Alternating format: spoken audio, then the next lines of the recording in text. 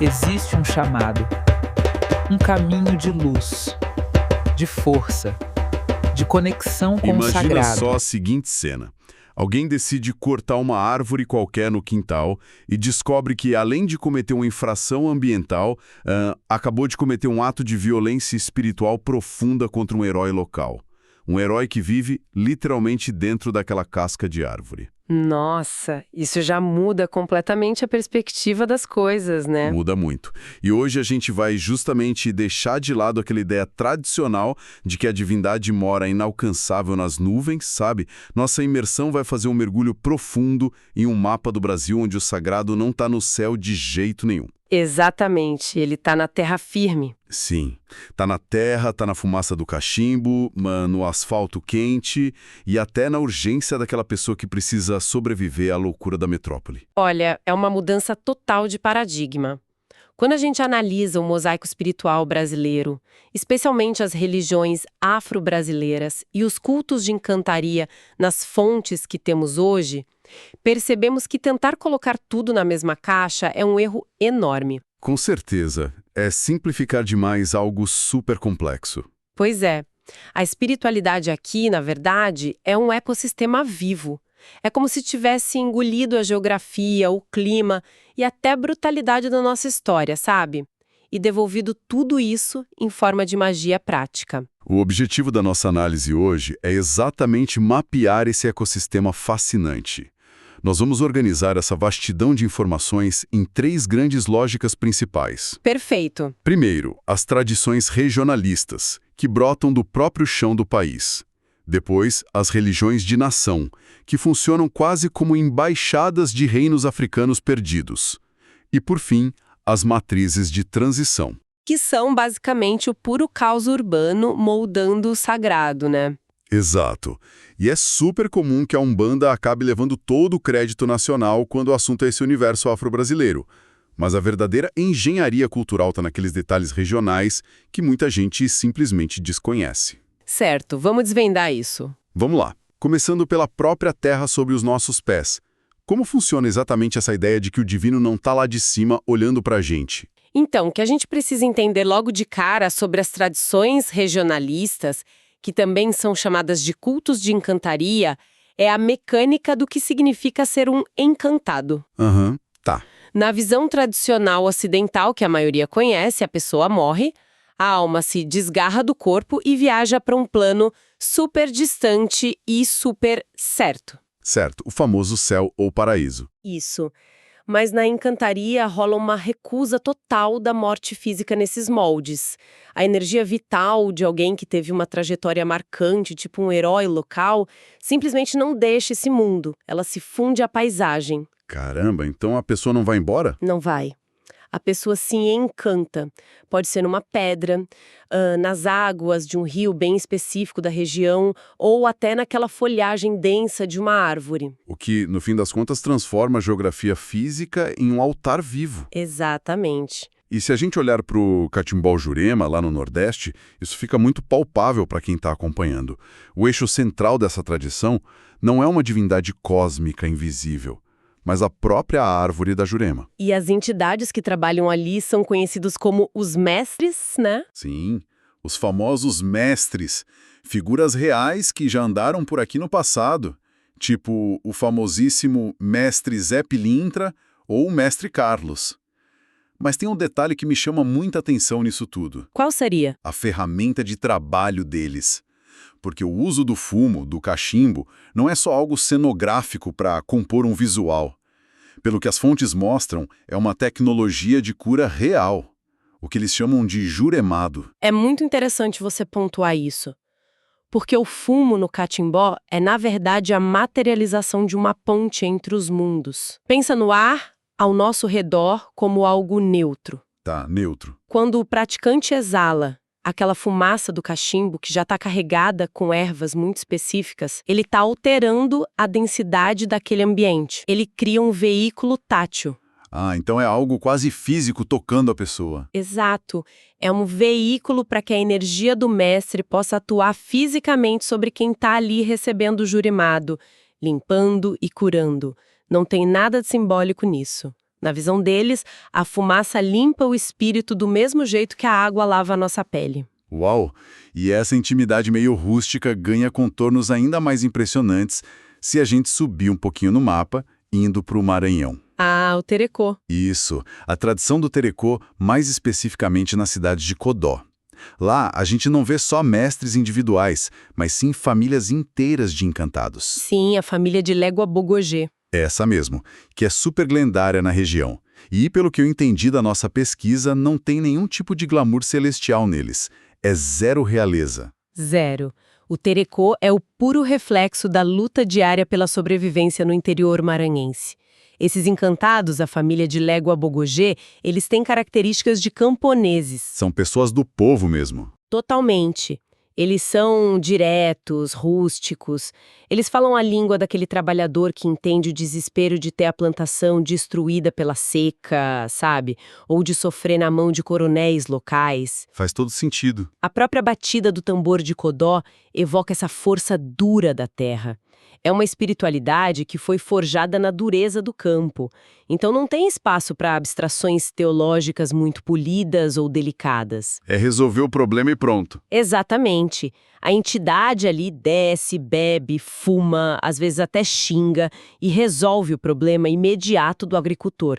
Porque a própria entidade pertence àquela mesma classe social que costuma ser invisível para o resto do país. Nossa, isso é muito forte. Mas tem um ponto de inflexão bem interessante quando a gente muda o foco e olha para a Bahia. Porque a Bahia é o epicentro do candomblé, no imaginário de todo mundo, né? Com certeza, é a primeira referência que vem à mente. E os orixás africanos seriam, pelo menos em teoria, a realeza inquestionável por lá. No entanto, os documentos nos mostram a existência do culto do caboclo de Taparica, e lá acontece um negócio impensável para uma lógica hierárquica mais estrita. Onde o orixá recua, né? Isso. O orixá dá um passo atrás.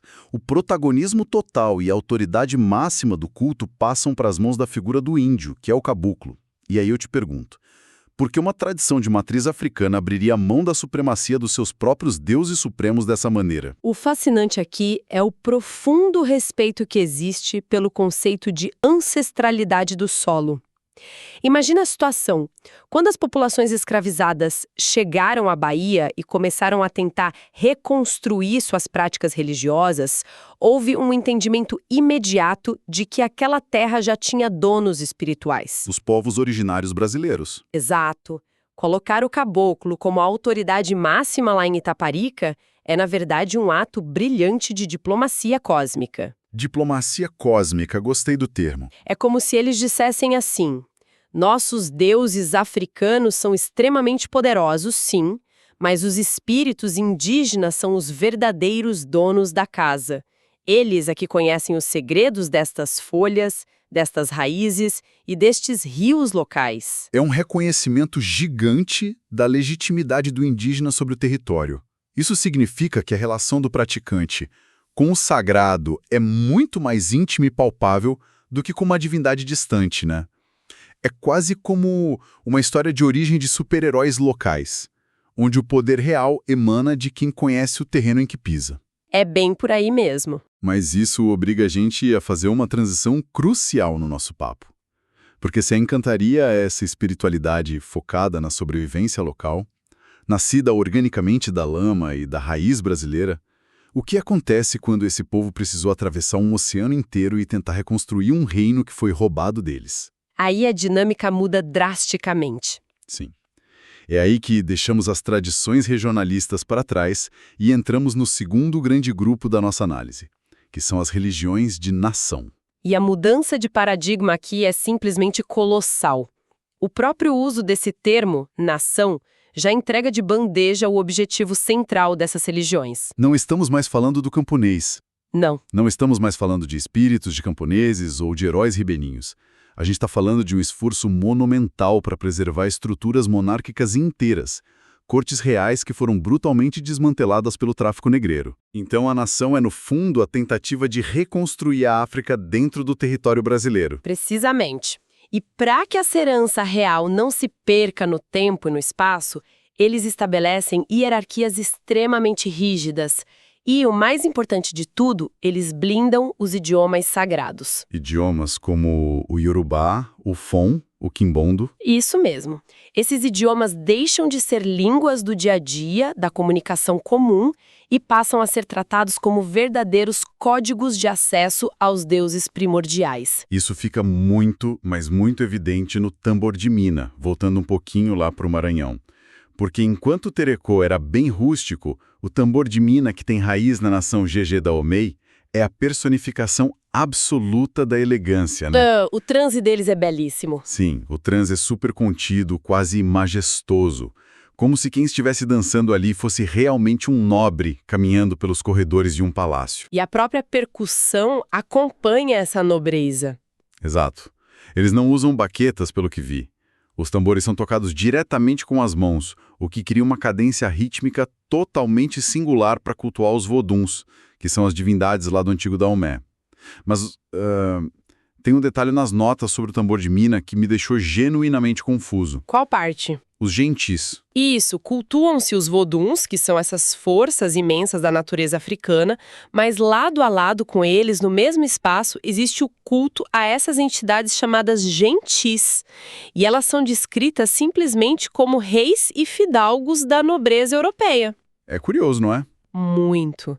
Como é que a nobreza de Portugal ou da França acaba descendo num terreiro de matriz africana no meio do Maranhão? Se conectarmos isso com um cenário maior, a gente vai entender a genialidade estratégica da formação religiosa do Brasil. O povo escravizado não estava alienado. Eles observavam atentamente a estrutura de poder colonial que estava ao redor deles. Eles viam quem estava mandando. Exato. Eles viam muito bem quem detinha o ouro, quem comandava os exércitos, quem usava as coroas. E, dentro daquela lógica muito própria das religiões de nação, o poder no mundo visível sempre tem que ter um correspondente no mundo espiritual. Faz sentido. Então, o que essas pessoas fizeram? Em vez de simplesmente se curvarem e aceitarem esse poder europeu como superior, eles o engoliram. Eles assimilaram a figura do rei europeu, do imperador, e transformaram essas figuras em gentis para atuarem dentro do seu próprio panteão espiritual. Cara, é tipo um judô espiritual. Um judô espiritual. Adorei essa definição. Porque em vez de serem esmagados pela força opressora do colonizador, eles puxam essa força para dentro do próprio tambor e colocam essa energia para trabalhar a favor da comunidade deles. Eles submetem essa realeza europeia às regras da liturgia africana. É exatamente isso. É a digestão do poder opressor, transformando ele num aliado espiritual, que no fim das contas opera sob o comando dos próprios sacerdotes africanos. Genial. E descendo um pouco pelo mapa, a gente chega em Pernambuco, com o Xangô do Nordeste.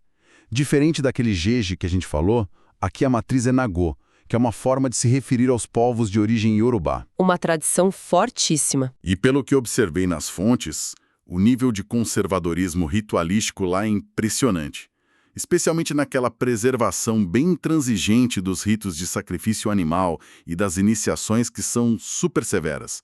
A impressão que dá, lendo sobre isso, é que qualquer desvio milimétrico no ritual poderia colocar tudo a perder. E realmente poderia. Porque na lógica Nagô, a espiritualidade é regida pelo axé. E a gente precisa desmistificar essa palavra, porque o axé não é um conceito abstrato de tipo, muita paz e luz pra você. Não é só boas vibrações. De jeito nenhum. Axé é força vital manipulável.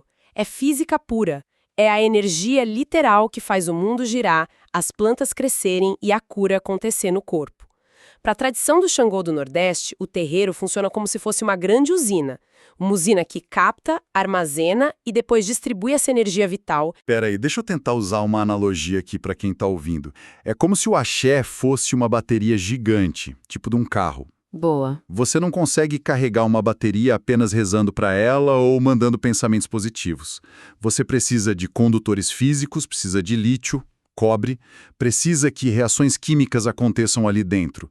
Então, o sacrifício animal, os fluidos, as folhas muito específicas maceradas, os cânticos precisos, eles seriam os componentes materiais inegociáveis dessa bateria. A analogia é simplesmente perfeita. Se você tirar o sangue de um ritual que exige sangue, ou se você decidir trocar a folha específica por uma outra qualquer só porque é mais fácil de achar na feira, a bateria não carrega, a força vital não é mobilizada. A máquina para. Exato. É por isso que o Xangô de Pernambuco é tão estrito com as regras. O conservadorismo deles não é teimosia ou chatice, é uma pura questão de engenharia energética. Eles mantiveram a planta original daquele motor exatamente como ela veio da África, porque eles sabem que se mudarem uma engrenagem sequer, a máquina toda para de funcionar. O que torna o nosso próximo destino um verdadeiro milagre da adaptação. Porque a nossa jornada agora faz uma curva bem acentuada para o extremo sul do Brasil. A gente chega no Rio Grande do Sul. Onde as coisas esfriam bastante. Pois é, lá nós temos o Batuque, que é fascinante porque não é formado por uma única nação, mas sim por múltiplas matrizes que acabaram se cruzando. Temos Ijexá e Oió, que trazem diferentes lógicas rítmicas lá do Império Iorubá, e a raiz de Cabinda, que carrega a visão de mundo dos povos bantus com uma assinatura energética muito própria. Uma mistura bem complexa. Sim, mas a minha grande questão aqui é puramente ambiental. Como é que você mantém essa bateria funcionando se os deuses originais vieram de savanas escaldantes e florestas tropicais? Mas agora o terreiro deles está no meio do inverno rigoroso gaúcho, com aqueles ventos congelantes nos pampas. A resposta, o curta e direta para isso, é mudando a arquitetura e a culinária do sagrado. Porque o clima forçou a religião a se reconfigurar totalmente. Como assim? Pensa no alguidar, sabe? Aquele prato de barro cru onde as oferendas de comida são depositadas para os deuses. No Nordeste, é super comum que certos rituais e assentamentos fiquem expostos ao ar livre, super integrados à natureza. Mas no Sul, se você deixar um prato de barro com comida ritualística exposto ao vento minuano durante o alto do inverno, a comida congela em minutos. E a cerâmica deve sofrer com a temperatura. A cerâmica pode trincar, a oferenda é simplesmente arruinada. Então, o frio obriga a religião a correr para debaixo de um teto. Exato. O culto no batuque precisa se tornar muito mais interno. E no momento em que você move os rituais massivamente para ambientes fechados, você altera toda a dinâmica espacial. A proximidade das pessoas muda, a acústica dos tambores reverbera diferente, tudo fica muito mais concentrado. E você mencionou a culinária também. Sim, a própria comida oferecida aos orixás precisa mudar, porque o azeite de dendê, por exemplo, que é bem líquido no calorzão da Bahia, vira uma pasta sólida horrível no frio do sul. Então os ingredientes mudam, as receitas sagradas passam por adaptações, e os orixás passam a aceitar o que a Terra Fria do Sul tem a oferecer para manter aquela comunhão viva. Essa capacidade brutal de adaptação prepara a gente para o último e talvez o mais denso salto do nosso mapa. Nós vamos deixar para trás o interior rural orgânico e as cortes estruturadas dos orixás. E vamos bater de frente com a verdadeira máquina de moer gente. A cidade grande. A cidade grande. Mais especificamente o Rio de Janeiro, ali no início do século XX. O terceiro e último grupo da nossa imersão foca justamente nas tradições de raízes urbanas e de transição. O Rio de Janeiro daquela época, para quem gosta de história, era um verdadeiro barril de pólvora cultural. Você tinha ex-escravizados, operários, imigrantes europeus recém-chegados, todo mundo lutando por espaço no mesmo asfalto, nas mesmas favelas que ainda começavam a nascer nos morros. Uma panela de pressão social. Total. E aquela espiritualidade mais rural, ou as cortes super refinadas das nações, precisavam dar lugar a algo muito mais ágil para dar conta desse desespero urbano. Foi dessa panela de pressão que nasceu a macumba carioca, que é uma síntese mega complexa entre a magia forte da tradição banto, trazida de Angola, e a doutrina do espiritismo europeu, que ganhava muita força entre as elites na época. E essa macumba carioca acabou servindo de útero para uma divisão conceitual que meio que definiu o Brasil moderno no campo espiritual. Ela gerou, de um lado, a Umbanda, que focou mais no conceito de caridade, adotou o uso de roupas brancas e absorveu bastante da moralidade cristã e espírita. E do outro lado da moeda... Do outro lado, gerou a Quimbanda, E aqui é que a coisa fica realmente interessante, porque eu preciso fazer uma pausa. A quimbanda é exatamente onde o juízo de valor das pessoas costuma falhar de forma retumbante, Com certeza falha. porque ela é focada no que eles chamam de esquerda, trabalhando com as figuras de Exus e Pombagiras. E vamos ser honestos, qualquer pessoa que cresceu com um mínimo de influência cristã ouve a palavra esquerda ou escuridão e imediatamente traduz isso como sendo o mal. Magia negra, adoração a demônios. Mas pelo que a gente está analisando nos documentos, essa dualidade cristã de bem contra o mal simplesmente não se aplica aqui em Quimbanda, certo? Não se aplica de forma alguma. Tentar ler a quimbanda através de lentes cristãs é a mesma coisa que tentar medir a temperatura do ambiente usando uma fita métrica. Não funciona. Boa comparação. O conceito de um mal absoluto, daquele diabo que quer destruir as almas para sempre, isso simplesmente não existe na cosmologia deles ali.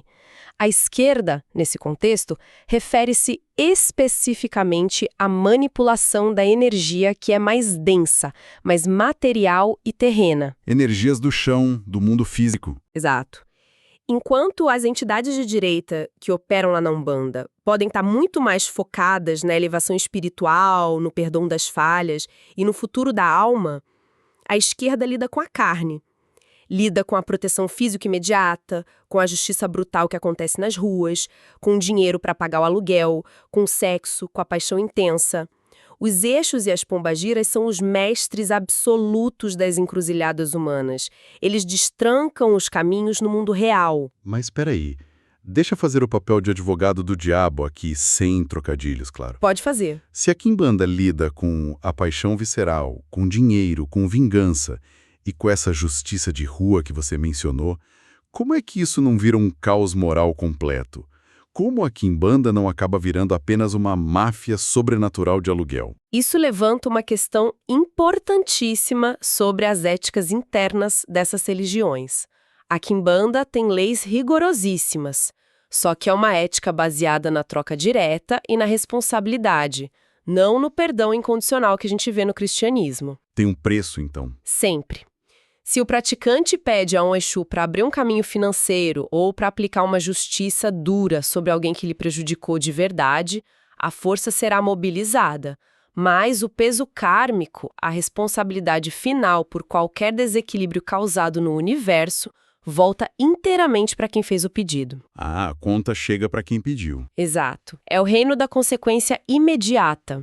O Exu não está ali para julgar se o seu desejo é moralmente puro perante um Deus distante, sabe? Ele executa, mas em contrapartida ele cobra uma clareza e um respeito absolutos pelo fluxo vital. Não há caos moral solto, há um pragmatismo radical. O que, se a gente pensar bem, faz todo sentido quando a gente analisa o ambiente hostil em que essa tradição cresceu. Muito hostil. Pensa na rotina de alguém que acorda de madrugada na metrópole moderna hoje. Pega um trem lotado, passa o dia inteiro sendo massacrada por injustiças sociais no trabalho, ganha um salário baixo e ainda tem a violência pairando na volta para casa de noite. Uma realidade bem dura. Demais. E quando essa pessoa busca ajuda espiritual, ela não quer sentar e ouvir um sermão filosófico sobre como ela será recompensada lá no paraíso daqui a 100 anos. Ela precisa de força defensiva para chegar viva no fim do dia de hoje. Precisamente. Comparar a Umbanda e a Quimbanda nesse sentido seria meio que a diferença entre ir a um templo meditar calmamente sobre a paz mundial e você entrar de vez em um tatame para ter aulas pesadas de defesa pessoal avançada. A Quimbanda funciona como essa autodefesa espiritual urbana contra os predadores literais do dia a dia. E o ambiente urbano realmente não perdoa a fraqueza de ninguém, né? A Quimbanda floresceu e ganhou força exatamente porque oferece essa tecnologia de resistência imediata para a população. Um escudo para quem não tem proteção. Exatamente. Em uma sociedade onde a justiça institucional, a polícia e o próprio Estado frequentemente oprimem ou simplesmente abandonam as populações periféricas, o Exu se torna a grande figura do justiceiro implacável. Ele é a força que tenta equilibrar o jogo para quem não nasceu com poder político ou financeiro. É a espiritualidade literalmente descendo daquele pedestal sagrado intocável e sujando as mãos de graxa, de suor e de bebida na esquina do bar. Tudo isso para garantir que o praticante consiga voltar vivo e inteiro para casa. Então, o que tudo isso significa para a gente? Nós começamos tentando visualizar um mapa cheio de linhas invisíveis e acabamos atravessando um mosaico impressionante de estratégias humanas de sobrevivência. Uma verdadeira jornada. Sim, nós saímos da poeira do interior nordestino, sentindo de perto a cura através da fumaça dos mestres da Jurema. Observamos cortes reais africanas sendo meticulosamente remontadas e preservadas naquelas batidas super elegantes do Maranhão e nos ritos inegociáveis do Xangô em Pernambuco. Passamos pelo sul também. Vimos os orixás se adaptando de forma genial ao frio do sul. E terminamos a jornada nas encruzilhadas caóticas do Rio de Janeiro, com a quimbanda oferecendo um escudo de ferro e uma espada contra o massacre implacável da cidade grande. O maior ganho intelectual ao consumirmos todas essas fontes maravilhosas é a destruição permanente daquela visão monolítica preguiçosa de que as religiões afro-brasileiras e regionais são todas uma coisa só. Está longe de ser uma coisa só. Muito longe. Elas são uma coleção sofisticadíssima de tecnologias ancestrais e funcionam como sistemas operacionais totalmente distintos entre si. Elas provam, acima de tudo, uma capacidade infinita do ser humano de ler a geografia ao seu redor, de ler o clima e a dor social do seu tempo, e codificar tudo isso em forma de espiritualidade prática, garantindo a sanidade e a sobrevivência de um povo inteiro. Essa capacidade contínua de adaptação nos leva direto de volta àquele nosso ponto de partida lá no início, aquela imagem forte das tradições que olham para o chão, que olham para a raiz. Os encantados. Exato. E para encerrar nossa análise profunda de hoje, eu vou deixar uma provocação para quem está acompanhando a gente refletir em casa. Nas tradições de encantaria, nós vemos que os seres não morrem de verdade. Eles se fundem à paisagem. A nascente do rio não é apenas uma bela obra de um deus. A nascente é a própria entidade viva pulsando ali. A árvore no quintal é o corpo físico de um mestre. Uma visão belíssima. E a provocação é essa. Se nós, como sociedade moderna, aceitássemos profundamente essa lógica de que a espiritualidade não está pairando lá no universo distante, mas está ancorada de forma indissociável na nossa geografia física, como que isso reescreveria toda a nossa noção de preservação ambiental hoje? Mudaria tudo. Poluir um rio ou desmatar uma floresta deixaria de ser apenas uma questão abstrata de sustentabilidade climática. Passaria a ser entendido universalmente como o assassinato literal de entidades sagradas ancestrais. Como é que seria a nossa relação atual com as engrenagens brutais do progresso civíssimo no mundo assim? É algo profundo para se pensar, sem dúvida. Fica essa reflexão para todo mundo pensar a respeito. A gente vai ficando por aqui. Até a nossa próxima busca por conhecimento. Se este conteúdo agregou valor ao seu conhecimento e à sua caminhada espiritual, considere apoiar este trabalho. Toda a arrecadação gerada aqui no canal será integralmente destinada à manutenção da Casa Espírita Xangô das Almas, contribuindo diretamente para a continuidade das atividades, atendimentos e obras espirituais realizadas com seriedade e caridade. Seu apoio faz a diferença. Deixe seu like, compartilhe este vídeo com quem possa se beneficiar. Inscreva-se no canal e ative o sino para não perder nenhum conteúdo. Gratidão pela sua presença e por fortalecer este propósito. Axé.